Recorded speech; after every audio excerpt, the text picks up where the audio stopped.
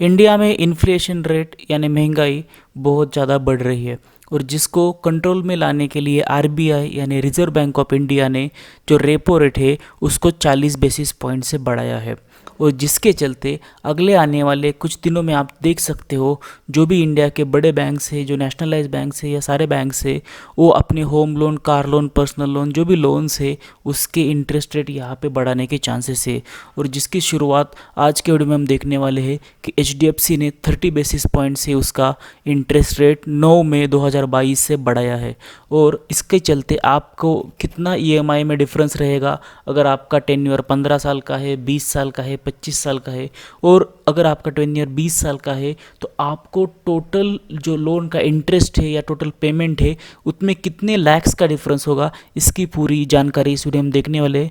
तो अगर ये वीडियो अच्छा लगता है तो इसको लाइक कीजिएगा और दोस्तों के साथ शेयर कीजिएगा। तो सबसे पहले जैसे कि मैंने बताया, आरबीआई ने 40 बेसिस पॉइंट बढ़ाए और उसके चलते एचडीएफसी ने 30 बेसिस पॉइंट्स का प्राइम लेंडिंग रेट बढ़ा दिया। लेकिन कुछ दिनों पहले यानी कि ये जो 30 बेसिस पॉइंट की बढ़ोतरी होने वाली है वो 9 मई 2022 से होने वाली है, लेकिन 1 मई 2022 से ही एचडीएफसी ने 5 बेसिस पॉइंट्स ऑलरेडी बढ़ाया है। तो आपका यहाँ पे जो टोटल प्राइम लेंडिंग रेट है वो 9 मई से अगर देखा जाए तो आपका 35 बेसिस पॉइंट से बढ़ेगा। यानी कि अगर आपका करंट इंटरेस्ट रेट 7% चल रहा है तो आपको 9 मई से जो है 7.35% का इंटरेस्ट रेट आपको देना पड़ेगा। लेकिन अगर आप नया लोन चाहते हो तो पिछले कुछ दिनों तक आपको जो लोन है वो 6.7% से मिलता था और जो अभी आपको 7.05% से मिलेगा, क्योंकि 35 बेसिस पॉइंट यहाँ पे बढ़ोतरी हुई है।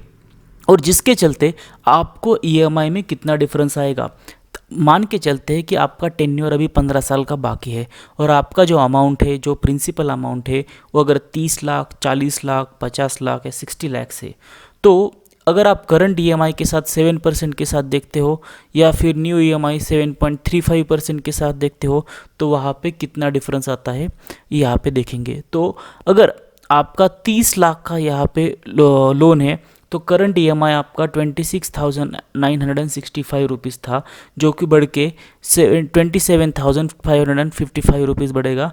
तो आपको 30 लाख के लोन के लिए हर महीना 590 रुपीज़ एक्स्ट्रा देने की ज़रूरत है।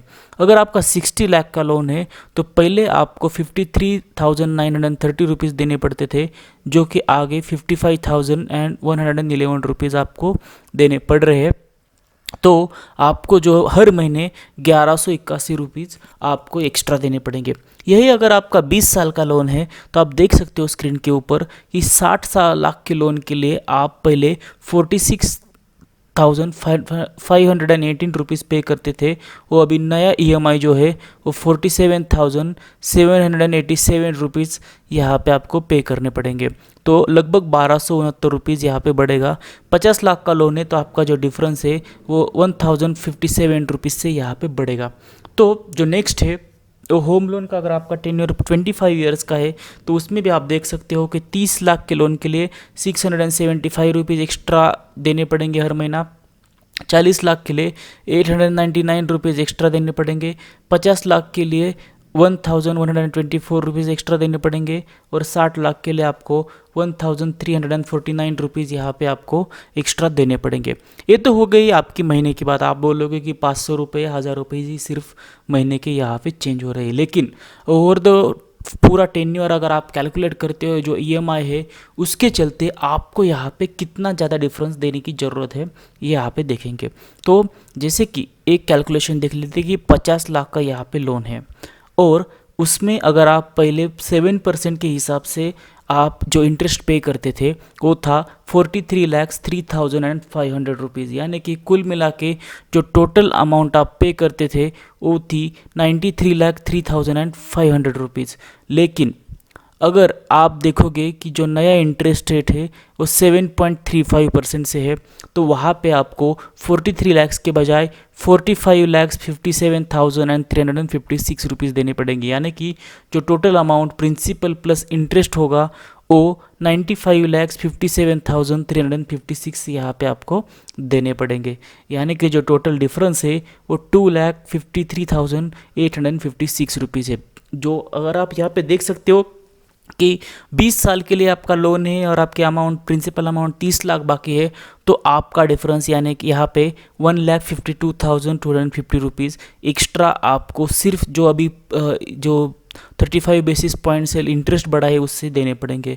40 लाख के लिए 2 लाख रुपीज़ एक्स्ट्रा देने पड़ेंगे, 50 लाख के लिए 2.5 लाख रुपीज़ एक्स्ट्रा देने पड़ेंगे और 60 लाख के लिए 3 लाख रुपीज़ यहाँ पे आपको एक्स्ट्रा देने। अगले आने वाले कुछ दिनों में और भी आपको यहाँ पे इंटरेस्ट रेट में बढ़ोतरी मिलने की चांसेस यहाँ पे दिखाई दे रहे हैं अगले 1-2 सालों में।